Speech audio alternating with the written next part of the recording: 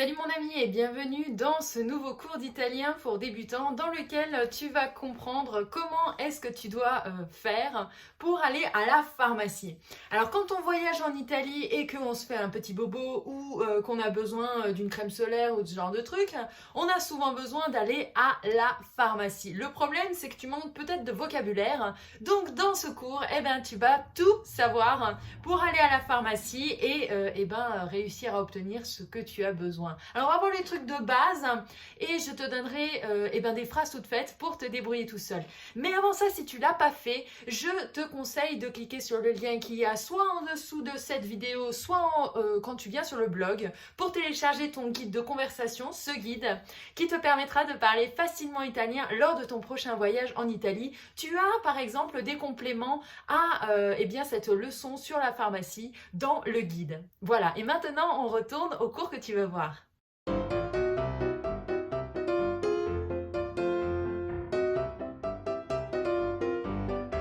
Alors, comme toujours, quand on commence les leçons débutants, on fait un petit échauffement parce que toi et moi, on apprend l'italien et on se base sur ce livre que j'ai emprunté à la médiathèque à Auckland, ici en Nouvelle-Zélande.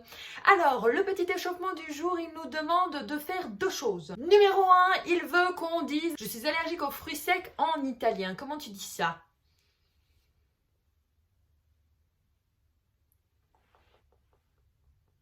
Alors pour moi, je dirais sono allergica alla frutta secca. J'ai dit allergica parce que je suis une femme.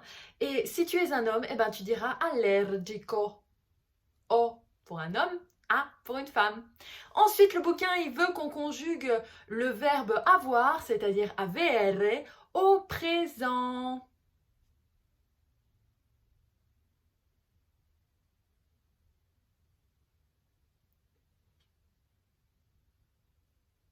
Alors, je vais te donner ma version, sachant que quand tu es dans le discours au quotidien, tu n'utilises pas les pronoms, d'accord ?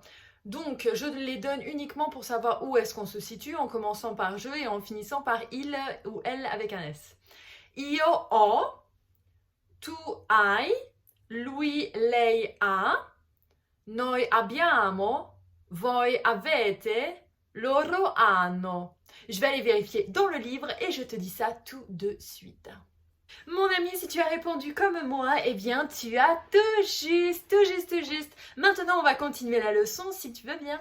On va voir 8 termes de vocabulaire, de matériel courant que tu auras peut-être besoin d'acheter à la pharmacie. Le sirop pour la gorge, pour calmer la toux grasse ou sèche. Ça se dit lo sciroppo. Lo sciroppo. Les gouttes, tu sais le truc, le compte-gouttes que t'as comme ça et t'as les gouttes qui tombent, les gouttes. Les gocce. Les gocce. Si tu as besoin d'un petit pansement parce que tu t'es fait une petite blessure, tu auras besoin de demander il cerotto. Il cerotto. La seringue. Bon d'accord, tu n'auras peut-être pas forcément besoin d'acheter des seringues, mais on ne sait jamais si t'arrive un accident et que tu as besoin d'avoir une infirmière qui te fait des injections d'héparine par exemple. Alors ça c'est un mot féminin et ça se dit l'iniezione. Ah, il est difficile à dire ce mot-là. L'iniezione. Purée, les injections, ça fait mal quand tu l'as dans les fesses, mais ça fait mal aussi quand tu le dis. Hein. L'iniezione. Imagine qu'on te pique en même temps. Pic, l'iniezione. La pommade, c'est super fastoche en italiano parce que c'est la pommata. La pommata. Le suppositoire, alors bon, peut-être qu'en tant qu'adulte, tu t'enfiles plus beaucoup de suppositoires, ça c'est possible. Mais si tu as des enfants, les suppositoires, c'est quand même une forme qui est vachement utile quand ils ont de la fièvre. On met souvent du Doliprane. Bon, alors en Italie, il n'y a pas de Doliprane, ou très très très rarement, dans les très grosses villes. Donc il faudra que tu demandes des suppositoires au paracétamol. Bref, tout ça pour dire quoi ? Tout ça pour dire que le suppositoire, c'est la supposta. Ça ressemble vachement au français. La supposta. Et enfin, notre gentil comprimé qu'on adore après toutes ces formes un petit peu bizarres et qui font peur, la compressa. La compressa. Maintenant, je te propose de voir une conversation dans une pharmacie. Donc, tu as un pharmacien et tu as une personne qui vient parce que elle a mal au ventre. Donc, ça commence comme ça. Le pharmacien lui dit « Buongiorno, dica » avec le sourire du pharmacien. « Buongiorno, dica » ça veut dire « Bonjour, puis-je vous aider ?» T'as la personne en face, elle est pas très bien, elle dit « Oh, mal di pancia !»« Oh, mal di pancia !» Ça veut dire « J'ai mal à l'estomac !» Le pharmacien en face, il va lui poser un peu plus de questions parce que juste mal à l'estomac, bah, ça peut être plein de trucs. Il va donc lui dire « Anche la diarrea ?» Anche la diarrea ? Ça veut dire « Avez-vous aussi de la diarrhée ?» Alors la personne en face va dire « Non, ma ho mal di testa. Non, ma ho mal di testa. » Ça veut dire « Non, mais j'ai mal à la tête. » Le pharmacien va lui tendre un sirop et il va lui dire « Prenda questo. Prenda questo. » Ça veut dire « Prenez ceci. » Comme toi, le sirop, ça te donne pas très envie parce que t'as mal à l'estomac et que la forme sirop, franchement, c'est n'importe quoi, eh ben tu vas lui demander en comprimé. Tu vas donc lui dire « Lo ha in compresse ?» Lo ha in compresse ? Ça veut dire « L'avez-vous en comprimé ?»